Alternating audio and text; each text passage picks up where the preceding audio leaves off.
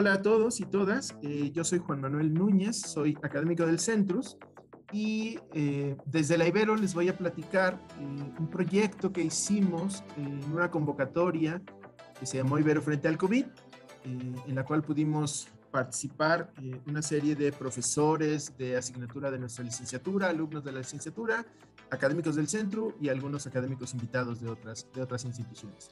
Y entonces en un primer momento, que es el que les voy a platicar, nos centramos en tratar de entender cuál era la relación o de qué manera se podía explicar esta característica de valores de muy alta letalidad por COVID en México. Hicimos un trabajo que se llama Análisis de Agrupamiento Espacial por Letalidad en COVID en México.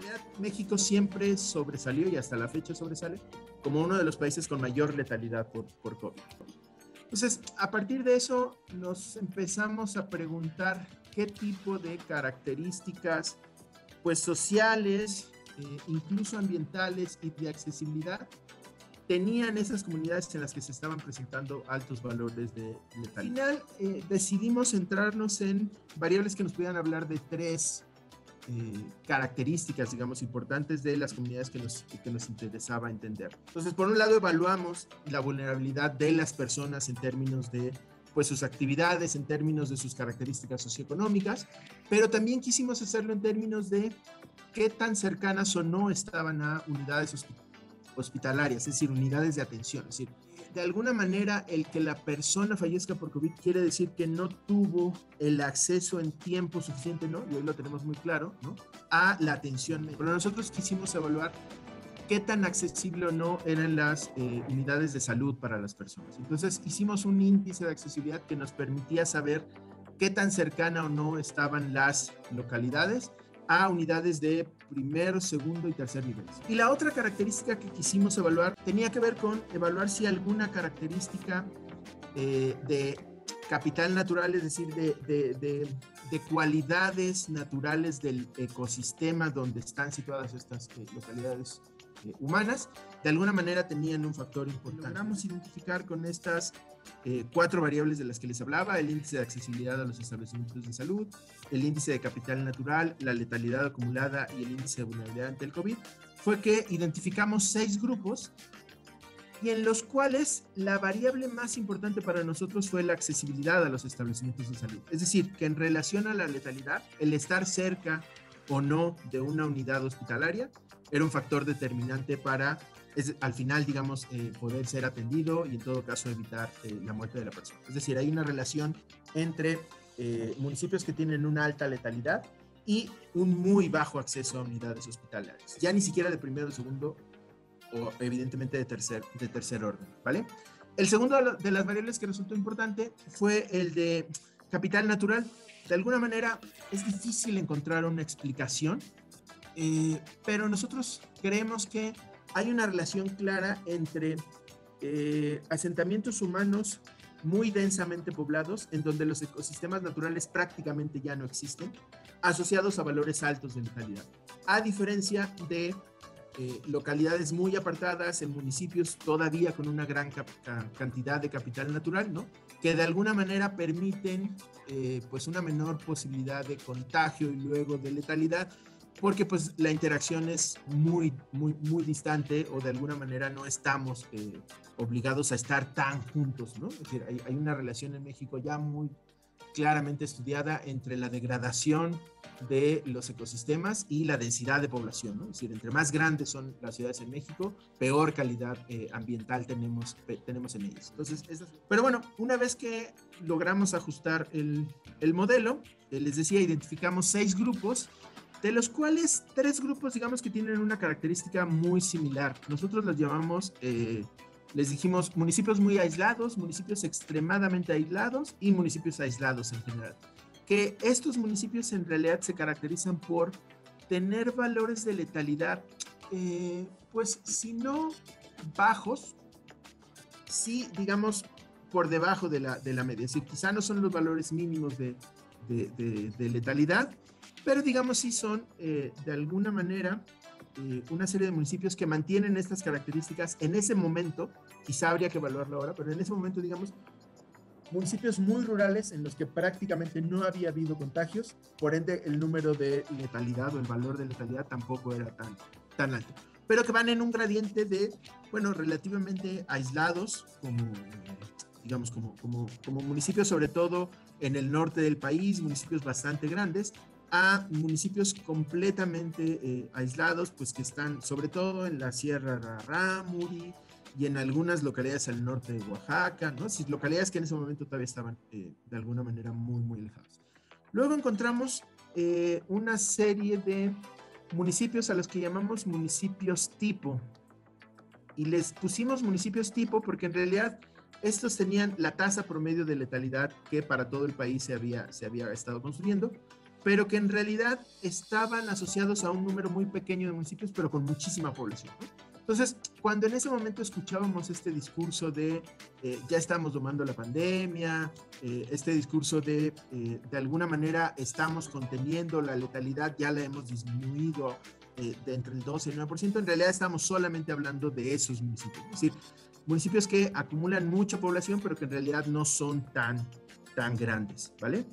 Y luego identificamos unos municipios, pues en realidad, digamos que bastante en el promedio de lo urbano y lo rural, en el que la tasa de letalidad era más baja en promedio en ese momento, y que en realidad correspondían casi al 75% de la población, es decir, del territorio. En ese momento, la tasa de letalidad estaba concentrada esencialmente en localidades muy urbanas y en otras localidades a las que llamamos, no recuerdo exactamente el nombre, pero les pusimos municipios críticos, porque eran digamos que localidades en ese momento muy vulnerables ante las afectaciones por COVID.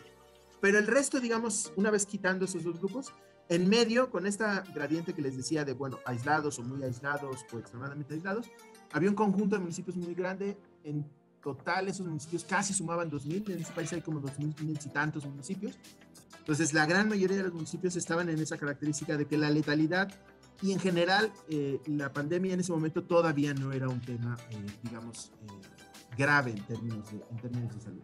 La letalidad en México en ese momento estuvo concentrada en localidades urbanas y en localidades rurales cercanas a las comunidades, a las localidades urbanas, pero que mantenían unas tasas de letalidad de alguna manera, con un modelo que nos explica un poco la relación de todos los datos. Pues encontramos que más o menos el 72% de la población estaba agrupada en un cuarto de la superficie del país con una letalidad del 12%, es decir, lo que en ese momento aparecía en las conferencias de toda la tarde, que esencialmente era caracterizado por estos grandes centros urbanos, pero que en ese momento había ciento y tantos municipios en los que las tasas de letalidad eran altísimas, incluso, ya les decía, ¿no?, por arriba o cercanos al 75%. Y que el resto del país, piensen en un 20% de la población, pero un 75% del territorio, ¿no?, esencialmente tenía tasas muy bajas de letalidad. Entonces, en ese momento el artículo se cuestionaba esta idea de parar todas las actividades en todo el país, ¿no?, cuando en realidad la pandemia en ese momento estaba sucediendo en centros urbanos muy específicos, ¿no?, y en comunidades muy vulnerables y muy críticas, ¿no? Entonces, en lugar de, digamos, disponer de un cierre total del territorio, ¿no?, pues en realidad creímos que hubiera sido mucho más adecuado concentrar los esfuerzos primero en estas comunidades muy vulnerables y luego en estos grandes centros urbanos. Un poco quizá la experiencia exitosa en ese sentido fue la Ciudad de México, que empezó a crear, digamos, como sus propios mecanismos de cómo ir. En ese momento fue cuando pues el semáforo se empezó a discutir, varias entidades tenían diferentes semáforos.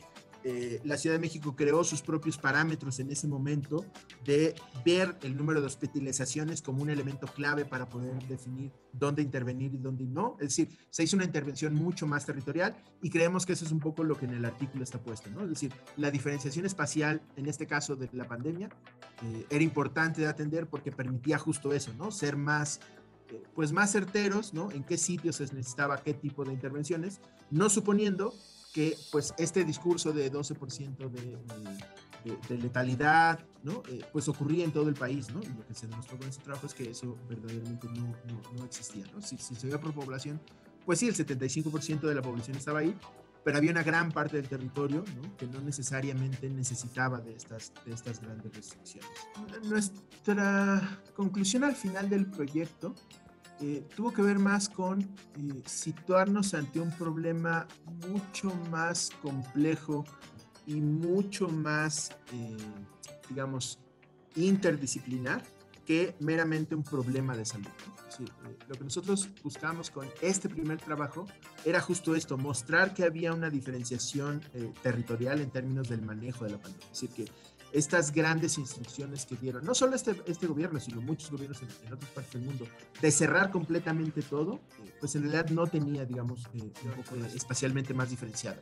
Y eso creo que nos debe de dar una lección, no solo para las siguientes olas, sino en realidad para las siguientes pandemias, que el manejo de estas cosas requieren de perfiles que, si bien pasan por el tema de salud, pues necesitan pasar por otra serie de disciplinas y entendimientos, ¿no? Necesitan pasar por la economía, necesitan pasar por la geografía, necesitan pasar por la política, ¿no? Es decir, no podemos tener un encargado, digamos, profesional metiéndose en temas de política porque no le va bien, ¿no? Porque no es su chamba hacer eso, ¿no? Entonces, yo creo que en realidad la gran lección que hemos tenido aquí y en todo el mundo ante las siguientes olas y ante las siguientes pandemias, porque seguro las vamos a tener, es que necesitamos una intervención mucho más integral, ¿no? Que el problema no es necesariamente un tema de salud.